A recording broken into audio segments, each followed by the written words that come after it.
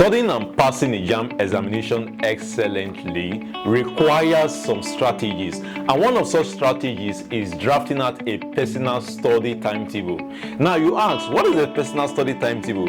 A personal study timetable is a reading plan that assigns different subjects for each day of the week for a specific period of time. Now, this study plan is necessary for every student that is sitting for the JAMB examination, WAEC or NECO exams. Do you know why? Without a study plan, you will not be able to organize your reading schedule. You wake up in the morning, you don't even know what to read, you are trying to go with the flow, heart spontaneously. No, that is not how you do it. By the time you wake up on Tuesday morning, you should know that, well, today I'm studying mathematics, tomorrow is going to be commerce. There are different factors that affect your performance in this exam, and drafting a study plan, it's one of them. At the end of this video, if you have any question or you need further clarification, do let me know in the comment and I'll get back to you as soon as possible. Make sure you like this video and subscribe to this channel. Yes, click on that subscribe button. Now, the first part of this video will be for the JAMB examination, while the other parts will be for the WAEC or NECO exam, because I'm aware some students who are watching this video are also sitting for the O-level exams. Now, let's talk about the JAMB personal study timetable. As you already know, you'll be sitting for 4 subjects in your JAMB examination. The use of English is a compulsory subject for every student sitting for the UTME exam. Now, that is out of the way. So, because you might either be a science, art, or social science student, I'm going to be breaking this JAMB personal timetable into 2 sections. That is one for the science students and the other for the social and art students. Now, one thing you must always keep in mind when you are preparing your personal study timetable is to bring in the difficult subjects at the beginning of the week. So if you know that physics is one of the subjects that gives you tough time, or let's say economics, it means that you have to put in that economics on the first day of the week. You have to bring in a more complex subject at the beginning of the week. Now, let's assume Juliet is sitting for the JAMB examination as she's applying to study medical laboratory science at the University of, let's say, University of Lagos, and she's taking use of English, physics, chemistry, and biology. Now, this is how she can plan her study timetable. Most of the science students usually have difficulties with physics. Like, physics is one difficult science subject. So, yeah, I'm not trying to say physics is the most difficult subject. No, I'm only saying that most science students, they find physics challenging. So, physics requires a lot of brain work. For Monday, Juliet is going to study physics. Now, for Tuesday, the subject there will be biology. Now, it's advisable Juliet studies biology on Tuesday. Why? Because biology does not really involve calculation. Now, because she has done a lot of calculations on Monday, with physics, it's advisable she goes for biology, just to bring the tempo down a little bit. Now, on Wednesday, she can go up with chemistry, because by the time you study a very complex subject today and you're trying to study another complex subject the next day, you might just be exhausted. So it's just better you go something like up a little bit down, up a little bit down. Biology is not a simple walkthrough, but then by the time you're able to do physics, you can go for biology. Then the next day you can go for chemistry. Now, on Thursday, you can also continue with chemistry, because chemistry is very voluminous. There are a lot of topics you must cover in chemistry, and studying chemistry for one day of the week would definitely not be enough. So you have to continue with your chemistry on Thursday. Now, this Thursday you can also combine it with biology. So probably there are some topics or some unfinished work you have with your biology on Tuesday. You can continue it for this Thursday. Friday, we cannot go to use of English.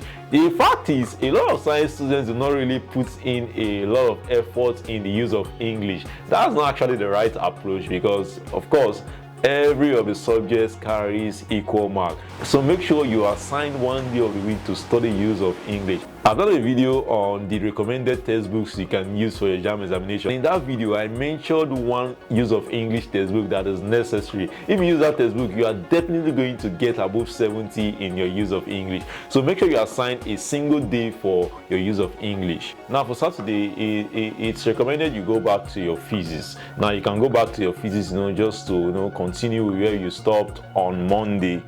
because Monday has been a long time, so you have to continue with your physics so that because calculations is something you have to do all the time. Now Sunday, a lot of students are usually very busy on Sunday. You go to church, Sunday is usually a resting day for most people. But then as a student who is preparing for the JAMB, you don't just use the whole of Sunday to relax. You can decide to practice past questions, do some revisions, or if there are some things you did not meet up for the week, you can decide to complete it. Now, a disclaimer. Now, it's very important to note in this video that you must not follow this particular timetable, this sample I'm giving here. Now, you can decide to structure this, to suit you. It's a personal timetable, so I'm not saying you must follow this in total. It's recommended you assign one subject for each day. Not that in one day you want to study physics, you want to study chemistry, you want to study biology. No, it's not going to work out well for you. Now, let's move to the art and the social sciences. Let's assume bio is applying to study mass communication at the University of Nigeria. So bio is definitely going to sit for use of English, government, economics, and literature in English. Now, this is how bio can structure his personal study timetable. Of course, we know economics, literature in English, government, these are not like a walkthrough. These are actually still complex subjects that requires a lot of reading. So I'm going to put all of these subjects at the same level of importance. Monday can be for economics, on Tuesday it can go for government, Wednesday can be for literature in English, Thursday for economics and government. Yes, because you've done economics on Monday, so you can definitely combine economics and government because you're just trying to see how you can complete unfinished work.